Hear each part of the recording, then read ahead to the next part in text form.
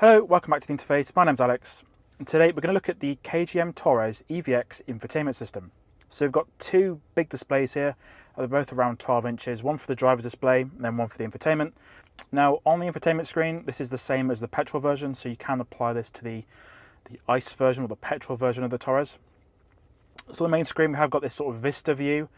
Looks like a skyline meets the land area. We've got sort of a nice hazy sort of sun to it. So on the main screen we have got some, I think at the top right hand corner, got the time, whether or not the car is unlocked or locked, what mode the lights are in, got the Qi charging status, and if parking sensors are enabled or not. We've got this little blue button here, which is the shortcut to the climate control. Again, the KGM does not have any physical climate control buttons.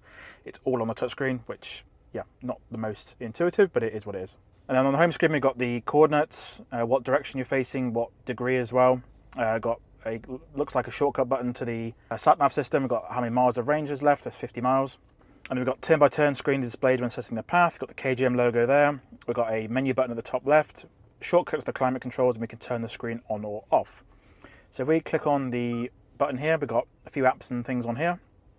So now we've gone to the main screen. We've got some shortcut buttons on the left-hand side again. We've got power off, climate, media, and then sat-nav, and then the home button. So we've got radio, Bluetooth music, USB media, my media, phone, navigation, rear seat sleep, e-manual, climate, general settings, vehicle settings, Apple CarPlay, Android Auto, and then EV mode. So let's look at the radio first.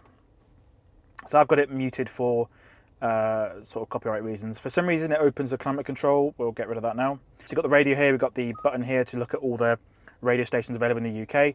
So you scroll down and click on which one you want. We've got the presets button, so you can basically hold this button and it will set the preset for you. And these buttons here will swipe between all the available radio stations, not just the presets there. We've also got AM and then FM as well. The screen's a little bit unresponsive sometimes. We've got DAB as well there. So I've got settings, so we can specify where we are: Latin America, general RDS, EU, and we can turn on some of these settings as well. As I said, the screen is a little bit unresponsive sometimes. It can be a bit annoying to use. And we have also got this button here. Not entirely sure what that button does, but it does something. This back button here, we can go to the phone next. Again, I haven't got a phone connected, so it's not really a problem, but we have got a dial pad. We can connect a phone. Looks like we can also look at Bluetooth settings and connect phones if we want to. We can change the name of the Torres. Let's leave that as it is. Just press OK. Contacts, you can reset everything. And you can also check the ringtone of what's set. So we go back a page as well. So we've got navigation. Again, it opens up the climate control again. And we can open up the sat-nav full screen. And we can look about to where we are. We can also, again, it's going to be a little bit slow, I think. Get some, search, home, add work, recent destinations, my places. We look at charging stations. I'm actually charging this car right now. So hopefully it finds where we are. We have got pinch to zoom, which does seem relatively responsive. The screen hasn't got a gloss finish, so it's a matte finish, which could make things a bit more difficult. We are charging on pod point here, so let's look at what it says here. More information. It just says where it is, basically Tesco in Stowe in the World. That's what it says. There's no. Oh, there you go. Type 2 AC. That is what there is, to be fair to it. Let's go back as well. And we have also got some routes, my places, and different things in there. So not too bad. Again, I would just use Apple CarPlay. There are better things than this available.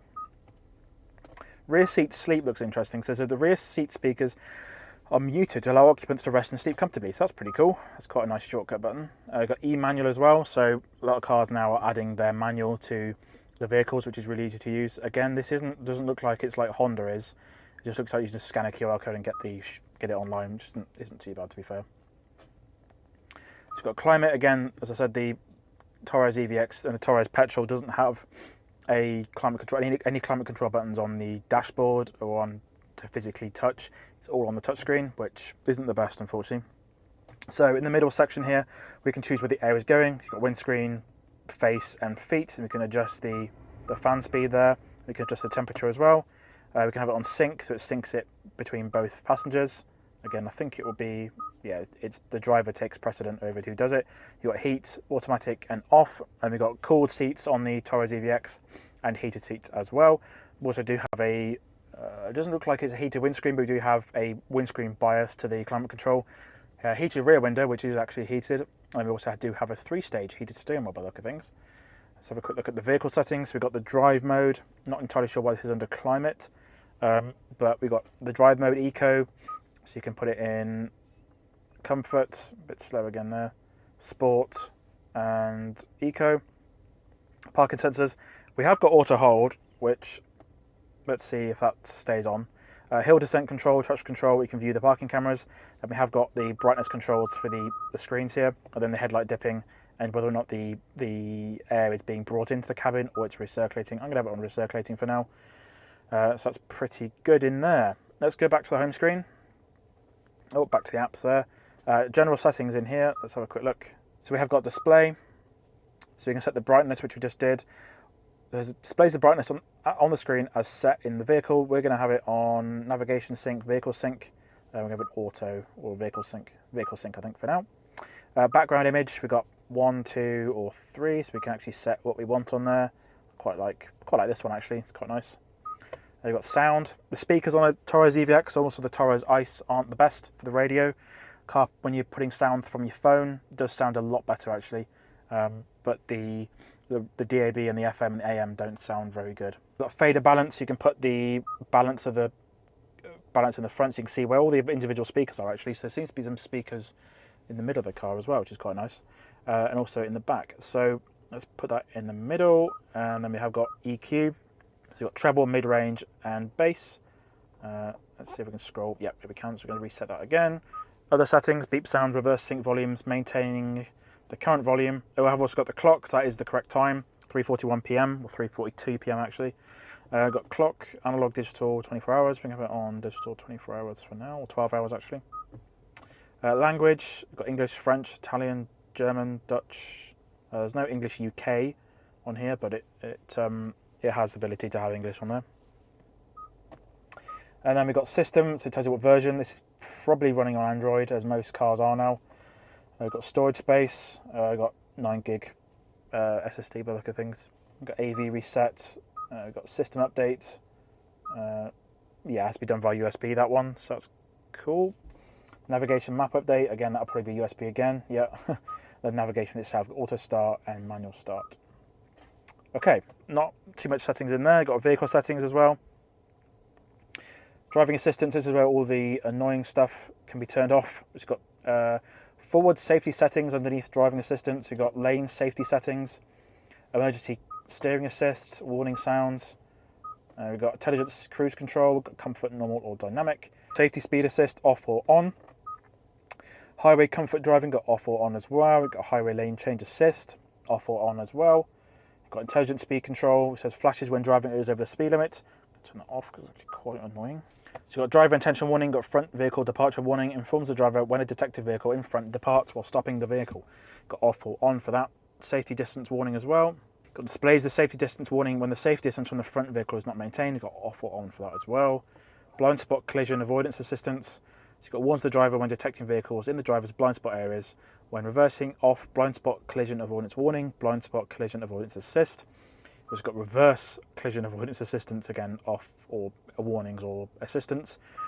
Rear end collision warning. It says enable or disable the rear end collision warning system, off or on. Got safe exit warning. Warns the driver when approaching vehicle from the rear area is detected after vehicle stops. Got off or on for that as well. And very lastly, we've got speed limit warning on this one. So then sets enabling and disabling warnings for the speed limit warning. Got off or on for that as well. Okay, that's all the driver stuff. We've got cluster. When the doors close after boarding, a welcome sound is played and a goodbye sound is played when the ignition is off. That's the external sounds. I'm going to leave those on for now. We've got auto reset of average fuel economy. We're going to turn that off because I like to see how many miles we've done. We've got temperature unit. We've got available to change the temperature unit in the dashboard. You've got Celsius or Fahrenheit. Tyre air pressure, PSI, KPA, bar or kilograms, something centimetre squared.